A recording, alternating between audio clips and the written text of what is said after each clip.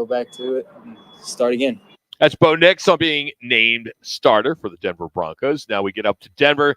Brandon Krisztal joins us, Fox Sports Radio in Denver. You can follow him on X, Twitter, BK Denver Sports. And he joins us now. Brandon, before we get into the Broncos, we would love to get your take on the latest at Colorado with Deion Sanders. And basically, he doesn't want to talk to one specific columnist there at the Denver Post, Sean Keeler. When did this all come about, and is it creating a stir amongst media members there? Yeah, it's funny because when I saw the story, and I heard the interaction from Fall Sports Media Day a couple of weeks ago, talked to Sean. So Sean's one of actually my really good friends, and at most sporting events where we'll both be covering or practice, we gravitate towards each other because I think we just enjoy goofing around, and we're both soccer fans, and he's an Iowa guy who went to Northwestern, but appreciates the greatness of the Jayhawks and talking Big 12 and all of that. So, but he's not just a guy in town that I know. He's certainly, I called him and he answered right away. And I was like, dude, what is going on here? And so it's obviously, if you read the story, it's not that big of a surprise on the timing because they sent this letter a couple of weeks ago. But what's curious is that Deion is a state employee. Now, he's making a lot of money, and some of that is certainly coming through their NIL deals and boosters and all of that. So he isn't getting his entire salary from taxpayer dollars, but he is still a state employee and subject to some of the same scrutiny that any other state employee would be. And so, look, Deion's overly sensitive. Sean's been critical of him, but not to the point where he's like picking on him. And Sean asked Shador a question last year after one of those tough losses that was pointed, but it wasn't like, hey, this was screwed up or this teammate. It was just, it was a question you would ask an athlete, right? And so since then, Deion's had it out for Sean. And so Sean covers the team more than any of the columnists for any of the outlets, whether it's his old colleague Mark Kisley, who's now at the Gazette, Woody Page, who works for the Gazette, Paul Klee, who runs the Gazette and is a columnist, or Troy Rank, who's the new columnist that replaced Kisley at the Post. He's there more than any columnist and more than any talk show host. And so I think it's going to become a bigger deal when Deion could have just kind of continued to blow them off or answer them with one-word answers, which we see coaches do all the time or players do all the time when they don't like a reporter. So I'm not sure how this is going to end as it relates to the Post and Sean, especially because they're going to keep letting Sean be credentialed to watch the little bit of practice, which is about the only time that Deion's actually out there if you listen to some of the people in the know. And then once the cameras are gone and the reporters are gone, Deion isn't always there for all the practice.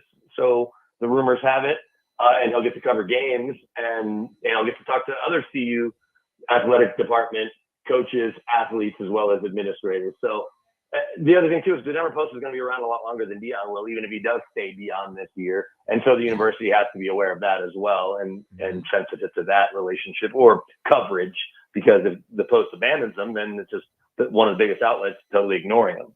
Brandon, I was going to say, are there any consequences to this action? Is there any kind of retort coming from the Denver Post or everybody else or the other reporters to maybe, have a silent protest this is just wrong. It's like, hey, Deion, if you can't take the heat, get out the kitchen. Is he that thin-skinned of an individual? And it seems as though Deion, you probably know this, Brandon, he seems to be getting more and more and more full of himself as time goes on there in Denver. Yeah, and look, this is a very, heated political time, right? And Colorado was once a battleground state. It is not the way it was. It's certainly purple at times, but all the big elections tend to be voting blue these days. We understand how Arizona is truly a battleground state, but I don't think it's the craziest analogy in the world to compare Deion Sanders to Donald Trump. Mm-hmm. And when I say that, it's just like when you talk about their personality and the people they surround themselves with, and how as long as you're helping them, they'll help you, right? But I know that Deion has certainly turned off several former players, including several great players, college Hall of Fame types, national award winner types, guys that are, mainstays in the program. Darian Hagan being the best example, who's worked at CU since he got out of pro ball in some form or another, sometimes as a coach, sometimes helping with recruiting, whatever it may be. And he left with Sean Lewis, last year's offensive coordinator, who got the head coaching job at San Diego State, to go work with him in San Diego State and leave the place that he had been at for the better part of 30 years or more, because it just didn't feel right. So while the couple of people that Deion knows from his time in the pros are excited to see you're so close with them, like Michael Westbrook and guys like that. Lots of other former Buffs aren't. So the long-term ramifications, I haven't heard anything about a media boycott. I don't know because he's a public it's a public institution and he's a state employee, how that exactly is affected, if at all. And so he is really thin-skinned, and he lets silly things bother him. And at the same time, very obvious things like when there's a position switch or a player's hurt and the backup comes in and someone says, hey, tell us about, just like on a Tuesday press conference, tell us about so-and-so that's in this week. And he's like, who's that again? And I go, 55. Like, oh, the guard. Yeah. He doesn't even know his starters and his replacements some of the time. And so, look, his son's really talented. The quarterback, his other son is a hard hitter. Travis Hunter, who's like a son to him now, very talented. And we know what a phenomenal player and athlete Deion was. But Deion, the head coach, it's time showing some of his true colors. But you remember going back to the interaction with Tim McCarver, going back to the Braves in the early 90s, and him not liking those those interactions either, and dumping an ice bucket on Tim McCarver when they won the pennant. So I think it's just more of Deion reminding people the other side to him that you don't always see when you slash him that $1 million smile. Brandon, they dropped this on a Friday, of course. That's the best time to drop these kind of deals. I mean, because I could see Sean Keeler being on the Dan Patrick Show, being on Colin Cowherd, doing his national rounds, because this does resonate with a lot of people because it's Deion. Do you expect that to get, will the 24-hour news cycle be over, or do you expect this to kind of get some legs on Monday? No, the reason why I think it's going to get some legs on Monday is because, we have a couple college games, but we know that the full slate doesn't start till next week. Mm-hmm. They're going to be nationally televised in a game that they certainly could lose against North Dakota State here in Boulder Thursday night. And so that kind of kicks off the weekend. We know you have a few games this weekend, kind of your appetizer. But also, if you're really big football nerds like we are, you guys are paying attention to what the Cardinals are doing at the back end of their roster. Certainly, we're paying attention to what the Broncos are doing at the back end of their roster. But for the most part, the casual fan is just ready for opening day, and that's not going to be until either the 5th or the 6th if you're one of those 4 teams, or September 8th. So I can almost guarantee you, and because it's on a holiday, they really should have done it. I don't know, maybe last week during the game or something, right? But you're going to have all weekend for Colin Cowherd, for Dan Patrick, and just go on down the list of national media outlets that want to reach out to get Sean Keeler's side of the story. Now, I know Sean doesn't mind going on radio or TV or whatever, but I don't know what the conversation is with his bosses. It also gives them a couple of days, and I know they've already kind of been working through this. What's funny is I was with Sean at the BMW Championships out here. We've got the PGA event, first time in a decade that we've had one out here. And so I was with Sean 2 days ago, and he obviously knew about the letter, but it didn't come up at all. So I only got about 2 minutes when I talked to him a little earlier, and he said he'd call me back because someone else was calling from his office. But if I'm them, I do. If Sean's going to ask me my opinion, and I think I'll see him play at the Broncos game, I would do that stuff, but that's more just to kind of,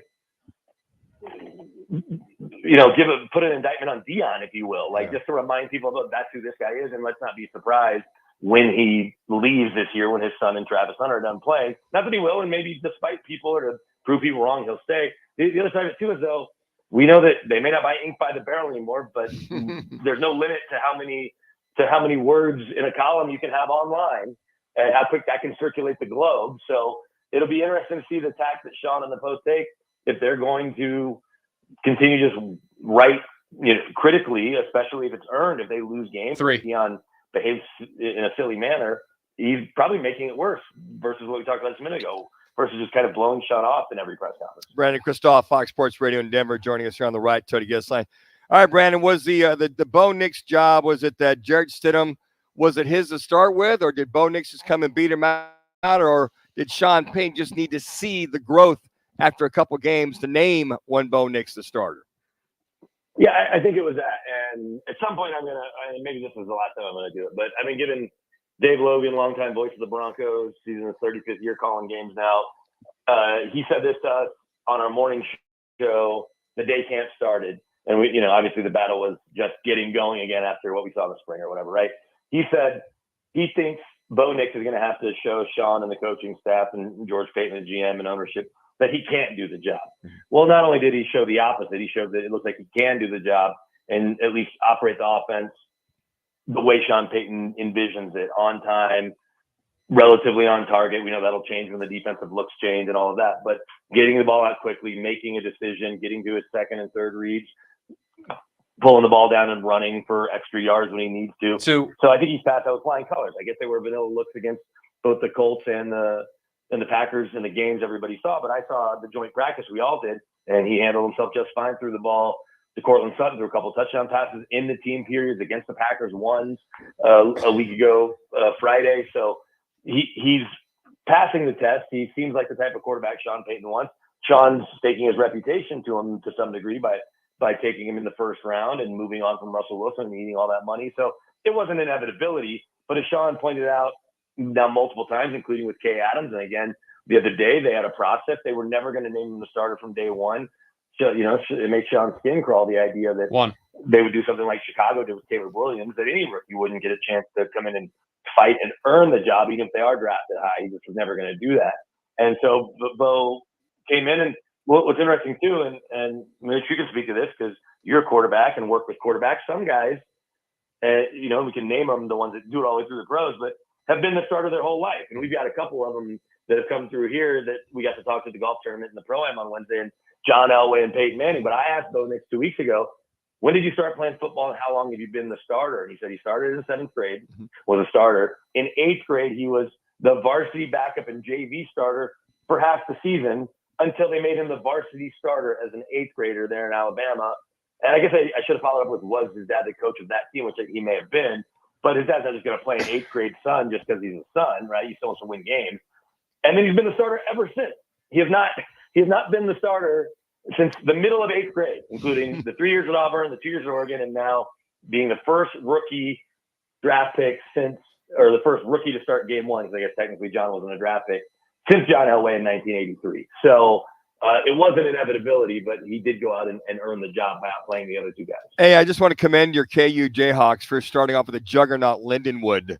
Lindenwood in Missouri they might be the second best football team in Missouri. Not that I ever want to give the Tigers credit, but we'll see when the dust settles at the end of the year. We only lost 4 guys in the portal, but I know K-State will certainly be a tough test for my Jayhawks, and Okie State will have something to say about the league as well. And shoot, I think the Arizona Wildcats might, and I think Utah will be tough as well. I mean, that's why all 5 of those programs are in the top 25. Brandon, we always enjoy having you on, man. Thanks for the time. Have a great weekend. Hey, thanks, guys. I'll talk to you here soon. That's Brandon Krisztal. You can follow him on Twitter, X, BK Denver Sports. We didn't get into a lot of Bronco talk there because of the news with Deion Sanders, but I think we'll have some things to talk about on Monday, I am sure. But we'll finish up here at Wright Toyota. Speaking of Wright